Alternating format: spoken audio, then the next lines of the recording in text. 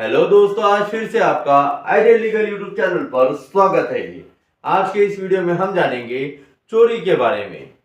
चोरी करने पर कितनी सजा हो सकती है, चोरी करने पर कितना जुर्माना हो सकता है, चोरी करने पर भारतीय न्याय संहिता की धारा 303 के तहत सजा हो सकती है। तो जानेंगे इस वीडियो के माध्यम से। तो चलिए दोस्तों, जानते हैं जो चोरी से रिलेटेड है। तो इस कानून के हिसाब से चोरी क्या होती है, चलो समझते हैं। सबसे पहले चोरी का मतलब है किसी और की चल संपत्ति को उसकी मर्जी के बिना ले जाना, और यहां जरूरी शब्द है चल संपत्ति।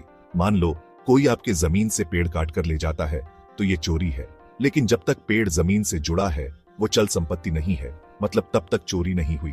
अब नियत की बात करते हैं।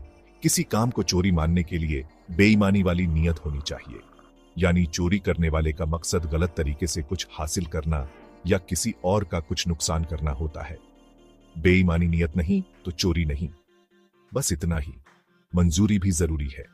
अगर जिसके पास चीज है या जिसको उसने मंजूरी दी है वो हामी भर देता है, चाहे साफ साफ या बिना कहे, तो ये चोरी नहीं है। आसान है ना। चलो अब सजा की बात करते हैं। पहली बार चोरी करने पर 3 साल तक की जेल, जुर्माना या दोनों हो सकते हैं। लेकिन अगर आप बार बार चोरी करते हैं तो 1 से 5 साल की जेल और जुर्माना हो सकता है। लेकिन एक ट्विस्ट है। अगर पहली बार में 5,000 रुपये से कम कीमत की चीज चुराई है और आप सामान वापस कर देते हैं या उसकी कीमत चुका देते हैं तो जेल की बजाय समाज सेवा करनी पड़ सकती है। मजेदार है ना। कुछ और उदाहरण देखते हैं। मान लो कोई आपके प्लॉट से भैंस चुराने की कोशिश करता है, लेकिन उसे खोलने से पहले ही पकड़ा जाता है। उसकी नियत और काम धारा 303 के तहत चोरी ही मानी जाएगी। या अगर कोई गाड़ी चुराने के लिए सीसीटीवी कैमरा तोड़ता है तो वो भी चोरी है, भले ही वो गाड़ी ले जाना पाए। तो बस इतना ही।